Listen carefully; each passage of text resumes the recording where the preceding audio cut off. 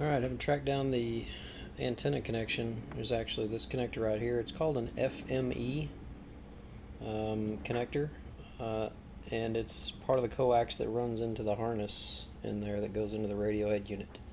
There's also where the pigtail comes out. This is the part that connects to your dash cover, right, that sits up on top of here.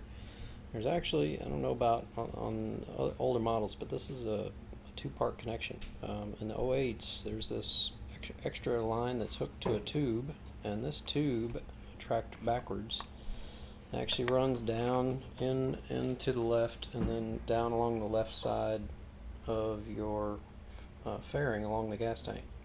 It almost appears like a plastic tube, like your drain line for the fuel, but it actually runs along. So I have a feeling that's meant to be a secondary antenna source, because of the way this is done on the front. There's basically a painted panel, even though it's metal.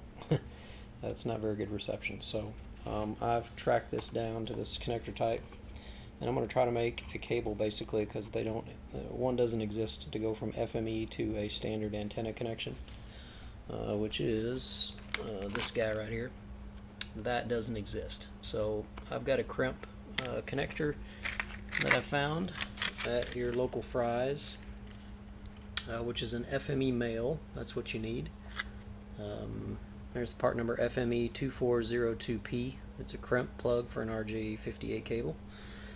And then I bought a adapter cable, basically that is a female to a male, basically, and I cut that in half.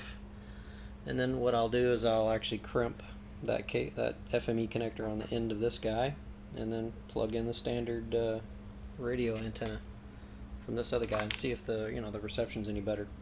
I didn't have a proper coax crimper, so that's one of the things. If you don't already have one of those, you have to buy it. They're 20 bucks on Amazon or something. But I'll crimp that up next, and we'll hook it up before we install it. Make sure the reception's better than I was hoping for, and if it is, we'll go ahead and install it.